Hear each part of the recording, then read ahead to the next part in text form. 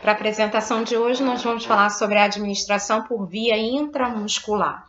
A palavra intramuscular é adjetivo de 2 gêneros e o melhor termo, o melhor significado que a gente pode utilizar é o número 3, que vocês vão ver aí, que se aplica no músculo. Então, quando a gente fala de via de administração intramuscular, para nós, no nosso curso, significa a administração de medicamentos que nós vamos preparar, que são compatíveis com a via intramuscular, e dentro do princípio técnico-científico, nós vamos administrar essa medicação para que seja segura tanto para nós quanto para o nosso cliente em seu processo terapêutico.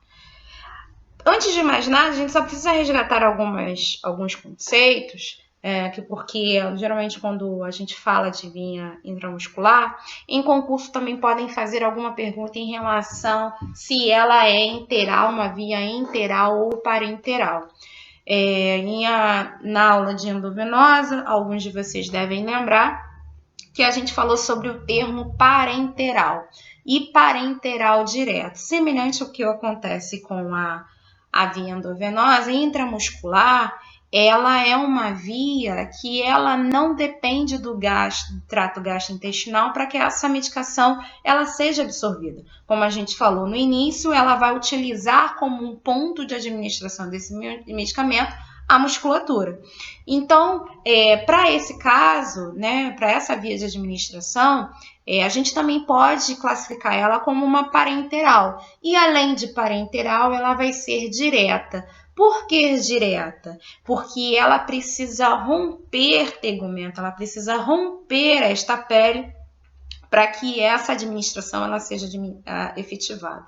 Então, a gente vai depender, no caso da intramuscular, de alguma agulha, de alguma injeção, para que essa medicação seja depositada no músculo e, a partir disso, ela consiga seguir o processo de absorção dela. Tá? Então, é muito importante vocês terem essa clareza em relação ao termo parenteral, porque as pessoas confundem muito parenteral como sinônimo de injeção. Não, não é. Parenteral significa as vias de administração onde não se usa o trato gastrointestinal. Por isso, parenteral, para, ao lado, próximo, e enteral é relativo ao tubo trato gastrointestinal. E no caso aí sim, a direta, é porque ela precisa de algum tipo de injeção, algum tipo de agulha, para que essa medicação ela chegue até a via, o ponto local onde tem que ser depositada essa medicação, tá? Só lembrem que uma coisa é método de administração, outra coisa é a via com que a gente está fazendo essa administração. O que eu quero te dizer? Uma injeção, seja em bolos, seja em rápida, né? Uma infusão lenta, contínua, como a gente viu, seja ela intermitente, o fato de você instilar um soro num globo ocular, ou instilar um colírio no ouvido, ou fazer uma inalação, ou administrar através de uma sonda nasogástrica, enfim, são métodos para administrar. Uma coisa interessante que a gente precisa pensar é que já que a gente vai fazer a administração numa via intramuscular, significa que essa musculatura ela tem que ser segura, né? A musculatura que a gente vai utilizar, ela é dotada de vasos, né, que contribuem para a oxigenação, para a nutrição dessa musculatura, senão do contrário, ela não sobreviveria, essas células morreriam, e é a partir desses vasos que a gente vai conseguir com que essa medicação que é depositada no músculo, ela seja passada para esses capilares, para esses vasos que estão ali presentes, e aí ganhe a circulação sanguínea. A partir do momento que existe esse translado da musculatura para a via sanguínea, a gente tem aquela etapa que a gente viu em farmacocinética, que é a absorção. A gente pode administrar em qualquer lugar, né? Tem aquela brincadeira que fala de graça até injeção na testa, né? Será que a gente poderia administrar um medicamento na testa? Dependendo do tipo do medicamento e dependendo da sua formação técnica, poderia. Um exemplo clássico que vocês estão vendo aí na tela é o Botox, né? Que muita gente usa para poder ficar, né, mais jovem, com a cara mais esticada, enfim. Mas será que todos os medicamentos eles poderiam ser aplicados na testa? Claro que não, né? Até porque a musculatura que a gente vai ter é mínima para depositar os medicamentos que a gente usa no nosso dia a dia profissional. Por isso que cada medicação tem o seu local específico para ser administrado. Porque não é só a questão do administrar no músculo, você tem que ver qual é a característica desse medicamento, como é que é essa musculatura, o volume desse medicamento para que ele vai ser diluído, né? A gente tem que ver a idade dessa pessoa, para que a gente viu em farmacocinética que o processo de absorção ele é influenciado por N fatores. E muitos deles também são influenciados a questão do preparo desse medicamento. Quando a gente prepara esse medicamento de maneira incorreta, você está contribuindo e muito para que essa absorção ela seja feita de maneira errada. Fora isso, também tem a questão do próprio indivíduo que vai receber a medicação. Os fatores deles irão influenciar em muito nesse processo de absorção. Por isso que a gente vai ver que os locais específicos, né, para administração de medicamento. E nem sempre, não é porque um medicamento intramuscular que você vai poder fazer sempre no mesmo local. Em função dessas características, a gente vai ter que avaliar qual é o melhor local que a gente pode administrar a medicação para esse cliente, ok? É claro, gente, quando a gente fala de administração de medicamentos por via intramuscular, a gente tem que pensar sempre em segurança, como qualquer outra coisa que a gente vai fazer em termos de procedimento, seja ele invasivo ou não. Ele precisa ser seguro, senão não tem lógica a gente fazer um procedimento. Você vai fazer um procedimento que vai trazer danos para alguém, para você ou para o seu cliente? Não tem lógica, né? Então, quando a gente fala de administração por intramuscular, a gente tem que lembrar sempre que ela tem que ser dentro de uma musculatura em que você não tenha vasos e inervações importantes, que você não tenha, seja artérias, sejam veias, sejam nervos, em que você possa comprometer ao administrar essa medicação. Por isso que, geralmente, as áreas indicadas para a administração desses medicamentos por via intramuscular, vocês vão perceber que são áreas específicas. A gente não pode fazer em qualquer lugar. A gente precisa sempre procurar qual é o local indicado. E a gente vai comentar um pouco sobre isso mais para frente. Além disso, além de ser um local específico, longe desses grandes vasos e nervos, a gente precisa entender que existem musculaturas e musculaturas, existem biotipos diferentes de uma pessoa para outra. Tem pessoas que têm uma musculatura mais desenvolvida, tem pessoas que são uma musculatura mais frágil. Será que a gente vai poder fazer a mesma medicação ou a gente vai ter que procurar outras áreas onde aquele indivíduo mais magrinho ele tem uma musculatura mais desenvolvida? Daí é a questão da importância sempre do senso crítico, da capacidade da avaliação, para que o procedimento ele seja feito com segurança e a gente tenha tranquilidade.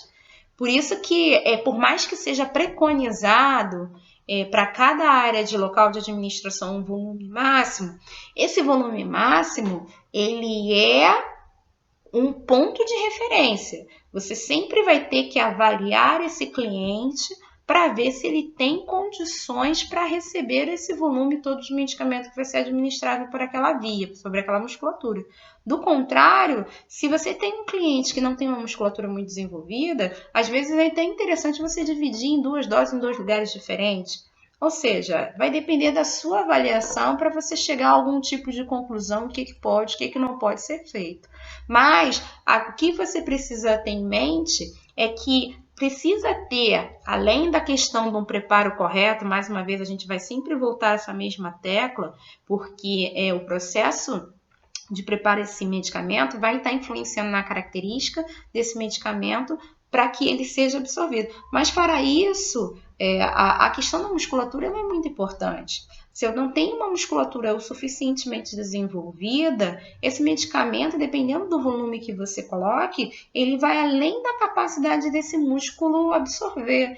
E aí, o fato dessa medicação não ser absorvida, ela pode se precipitar naquele local e pode gerar problemas, endurecimentos, nódulos no local em função dessa dificuldade de ser absorvido por aquela musculatura que era insuficiente.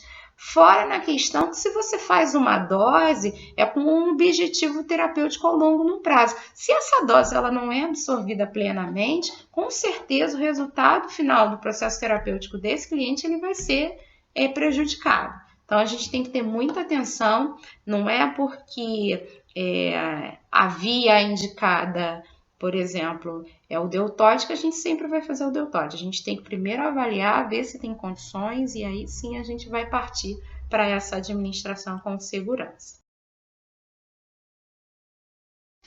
Além de a gente ter em mente essa preocupação em relação à massa muscular do local da administração, né?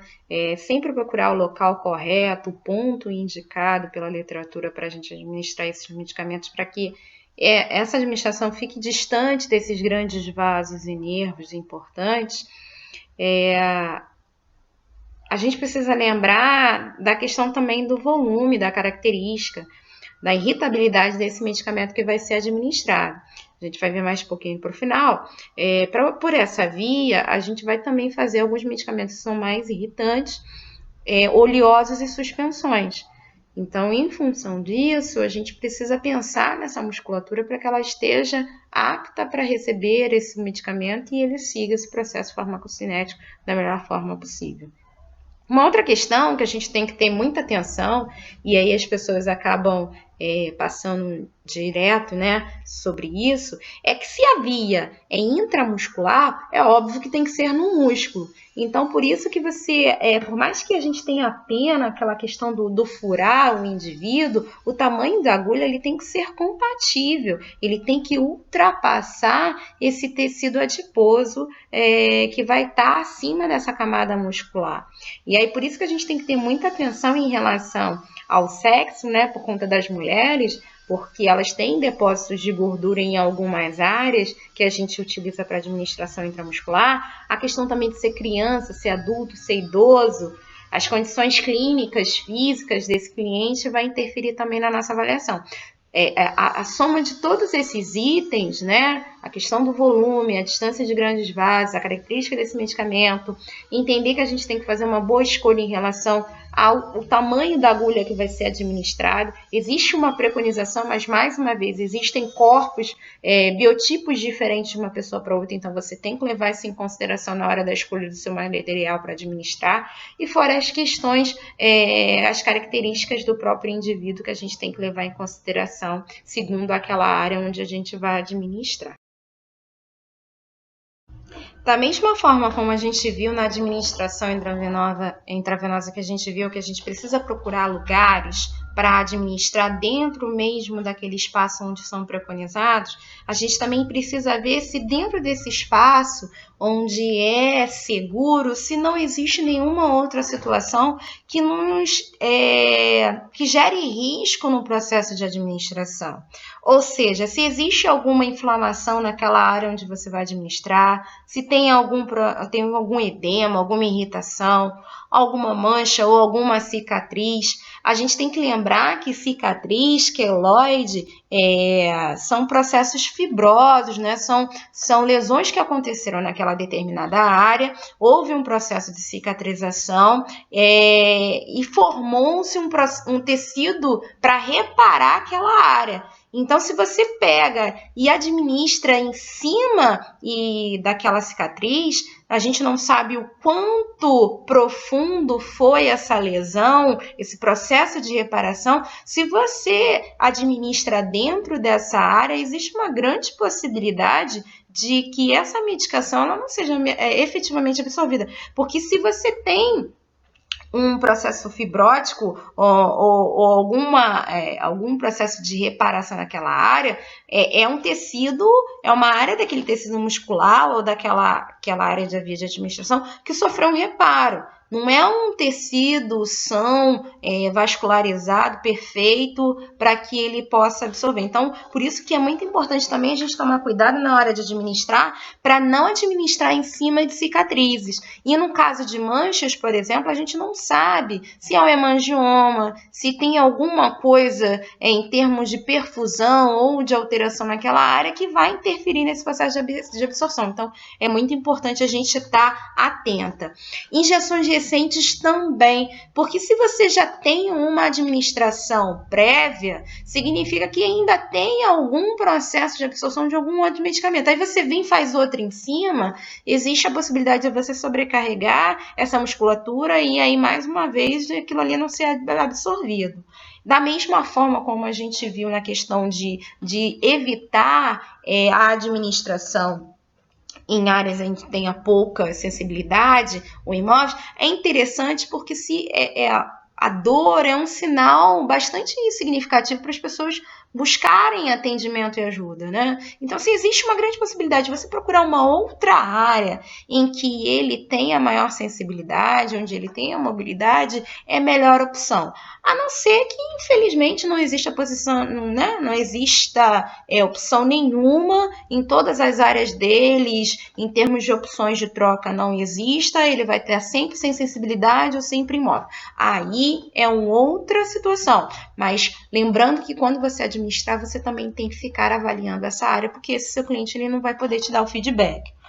Da mesma forma que clientes que estão anticoagulados ou que têm algum processo de alguma complicação, alguma doença relacionadas à coagulação ou doenças vasculares periféricas ou choque, é importante que a gente também tenha atenção, porque essa via ela não vai ser efetiva por conta dessa perfusão, né? A gente depende desse fluxo sanguíneo dentro desse vaso para que essa medicação ela passe dessa musculatura, alcance esses capilares com esse fluxo, ele consiga dispersar essa medicação pela corrente sanguínea e ela siga o caminho dela.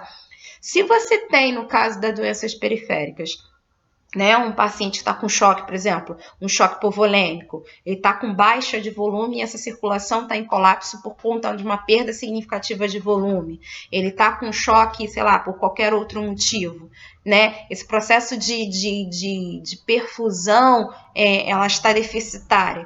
Esse cliente, ele não vai ter essa efetividade nessa via intramuscular. Daí seria interessante para esse cliente você buscar uma outra via de administração, né? Da mesma forma que a gente estava falando dos clientes anticoagulados, a gente vai romper essa pele, vai romper essa musculatura. Se ele tem, e a gente viu que essa musculatura ela é vascularizada, por algum momento você vai passar por pequenos capilares, por pequenos vasos e vai romper. Se esse cliente não tem capacidade de coagular, existe uma grande possibilidade dele não fechar essa via, esse vaso que foi rompido por algum momento durante o caminho dessa, né, a trajetória dessa agulha até o ponto onde vai ser depositado a medicação. Então, existe uma grande possibilidade desse cliente ter uma complicação por conta dessa administração intramuscular. Por isso que a gente tem que tomar muito cuidado quando o cliente está anticoagulado e precisa de uma administração intramuscular, a compressão após a administração e a vigilância ela tem que ser mais efetiva do que um cliente que não tem essas condições. Dentre os locais para administração por via intramuscular, nós temos o deltoide, o vasto lateral e o glúteo, né? O dorso glúteo, o ventro glúteo. Daqui a pouco a gente vai falar sobre cada um deles, quais são os locais mais pertinentes, mais seguros para a administração. A única coisa que a gente só precisa ter uma informação que é interessante, não necessariamente a absorção, a velocidade de absorção desse medicamento ele vai ser iguais nesses 3 lugares. Digamos agora que a gente fosse administrar, fazer uma pesquisa agora para ver qual é a velocidade de absorção de um mesmo medicamento preparado da mesma forma, só que administrado no deltoide, no vasto lateral e no glúteo. A gente vai perceber que a velocidade, ela tem que ser maior, né? Essa velocidade, ela tem que ser mais rápida, esse processo de absorção, no deltoide, depois no músculo, no vasto lateral e por último o glúteo. Por que isso acontece? Isso acontece porque, como nós vimos desde o início, o músculo é um tecido vascularizado. E a questão desse fluxo, ele tem que ser diferenciado nessas estruturas.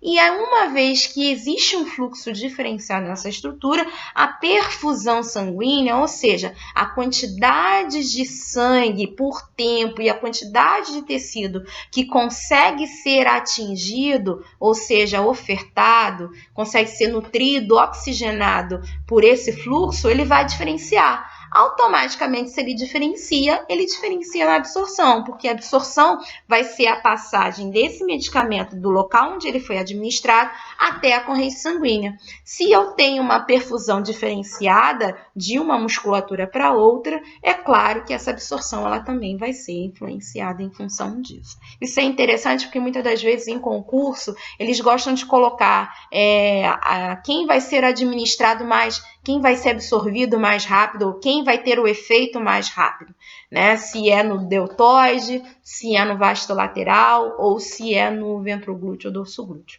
tá? Então, isso é um ponto importante para a gente guardar também como informação.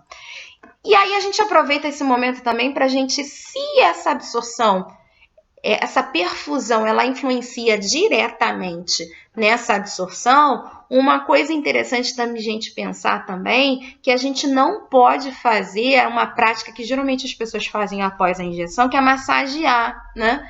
Nem sempre o medicamento ele vai ter a indicação de você massagear o local. Da mesma forma que qualquer outra situação que gere esse aumento desse fluxo, dessa perfusão naquele local, nem sempre é indicado pelos fabricantes daquele determinado medicamento. Então, se eu faço massagem, se eu exercito essa musculatura, se eu faço compressa no local, a tendência é aumentar essa absorção.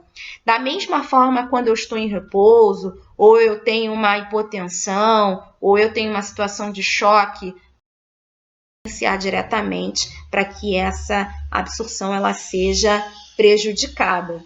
Por isso que é muito interessante esse conceito, porque na vacina, por exemplo, você não pode fazer massagem. Você apenas vai fazer a compressão pontual naquele local de administração durante 30 segundos. Se o seu cliente tiver algum problema de coagulação ou em função da trajetória da agulha, pegou um vasinho um pouquinho maior, você continua fazendo a compressão do local até parar esse pequeno sangramento, né? Esse pequeno extravasamento de sangue. Você não vai massagear como popularmente as pessoas fazem. Agora, tem outras medicações que a gente já discutiu, que, por exemplo, o Noripurum, os anticoncepcionais injetáveis, eles têm a recomendação de você movimentar e exercitar essa musculatura onde foi feita. Então, por isso que, mais uma vez, ter a informação e o conhecimento sobre o medicamento, ele é de suma importância para a gente dar as orientações corretas para o nosso cliente, para a gente não fazer nada que prejudique nesse processo de farmacocinética, que automaticamente vai influenciar no processo de farmacodinâmica dessa medicação, que no final significa no processo farmacoterapêutico desse cliente.